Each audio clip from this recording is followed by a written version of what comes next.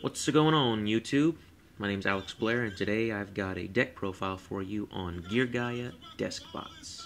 It's a really cheap, budget build. These archetypes are low in value now, and I feel like it's the perfect time to pick them up. I don't want to make this video too long for you, so for anybody who's interested in playing the deck, wants to know why I run the ratios I do, see a few combos, then I'll make a separate video for you all. But getting straight into it, we have the Geargia engine with triple Geargia Augur. This card has perfect synergy with deskbots, and it's one of your best first turn normal summons. Then we have 3 copies of Accelerator. It's just a part of that first turn. Getting out X is really, really important. Then we have 2 copies of Armor. I believe that this is still an amazing card, an amazing first turn. And, in the testing, it's proven itself to be very invaluable. Then we have 2 copies of Geargia Arsenal. I like this card. At 2, it helps me get to Armor if I want it, and it helps me get to Augur if I need it. So, I like it. Moving on to Deskbots, we've got triple Deskbot 4. It's the new guy. If you don't know his effect, look it up. It's amazing. He attacks, he increases his own attack, and he special summons 2 when he destroys a monster. It's just good. Next we have triple Deskbot 3. It's a tour guide for the deck. I love this card. It's your most powerful normal summon by far. Augur and this card are your best normal summons. Next we have 2 Deskbot 2s. I get a lot of shellac for running 2, but I like it, and I'll explain why in the other video. We have 1 copy of 1. You only need the 1. The worst card in an archetype will always be the Tuner. The Tuner. This card's good for getting off your synchro plays, and your opponent's not going to do anything about this card because by the time you used it, you don't need it anymore, and your opponent has to deal with what you've made from this card. It's good at 1. You only need the 1. For spells, we go to 3 Machine Duplications. We need to get the most out of this card while it's at 3. It's an amazing card. It's so very deck specific. Only this deck can run it well. I love this card very, very much, and it is a staple in Deskbots. Moving forward, we've got triple MST with the return of Floodgate Cleese. This card's really, really important, if it already wasn't. Mistake hurts this deck, Skill Drain kills the deck. You just want to get rid of those, so you run 3 MSTs. It's safer that way, and going 1 for 1 in this deck isn't bad. And we have 2 staple spells, Book of Moon and Regeki. I know Regeki's kind of expensive, guys, but you could not run it, but, I like it. I've had some success with it. It's not my favorite card, but it is useful. And then Book of Moon, they're both outside the djinn lock, but Book of Moon really helps you get your plays off. Moving to traps, we have 3 Regeki breaks.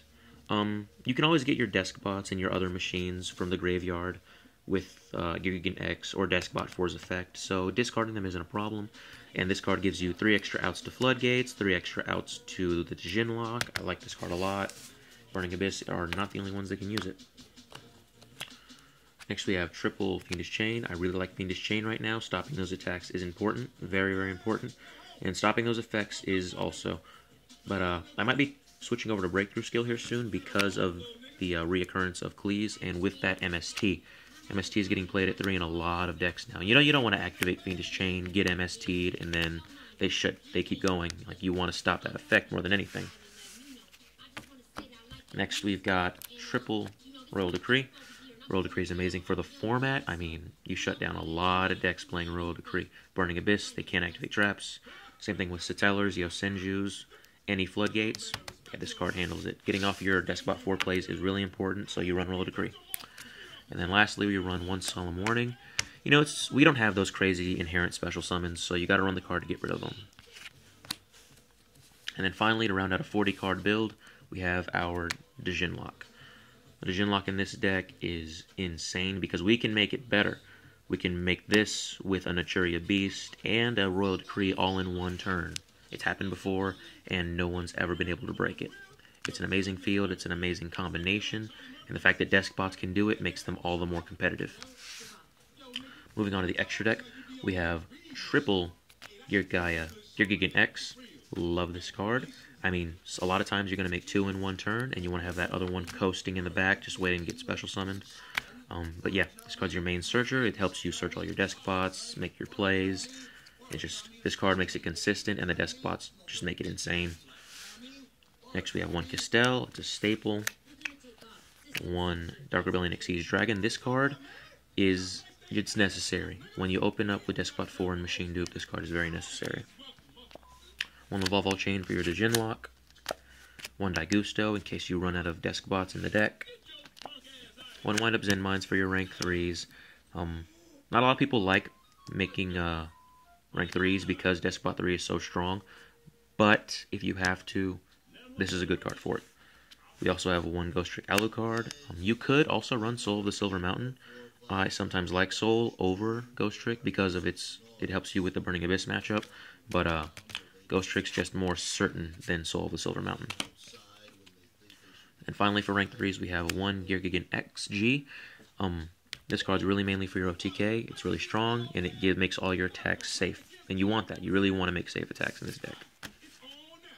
For your rank 2, we have one Sky Cavalry Centuria. You will still open up Deskbot 2 and Machine Dupe. It's going to happen at some point, and this is the card you make off of that. For Synchros, we have one Naturia Beast and one Herald of the Arclight. Arclight's mainly for the djinn lock, but I have been known to just set an Arclight right in front of my opponent first turn if they're playing Infernoids or anything that mills. And then Beast shuts down the meta, guys. Beast just shuts down the meta. It's so good against Necros, Shaddolls, and I mean, no one can out your djinn lock if you have Beast on the field, or they can't out it as easily. So this is a really good card. And the fact that it's almost specific to this deck because no other deck runs Earth cards that can make Beast. So yeah, I like that. I know that's only 13 extra deck cards, and the two I plan on putting in to fill the gaps are Ptolemios and Constellar Diamond. Those will, if I didn't already have a pretty good Burning Abyss matchup, those will absolutely shut down my Burning Abyss matchup. But yeah, anyway, that's the deck profile, guys. If you like it, go to the next video, see how it's played, see how it's done. I appreciate you all for watching. Like and comment. I'd like to hear your feedback, and peace out, YouTube.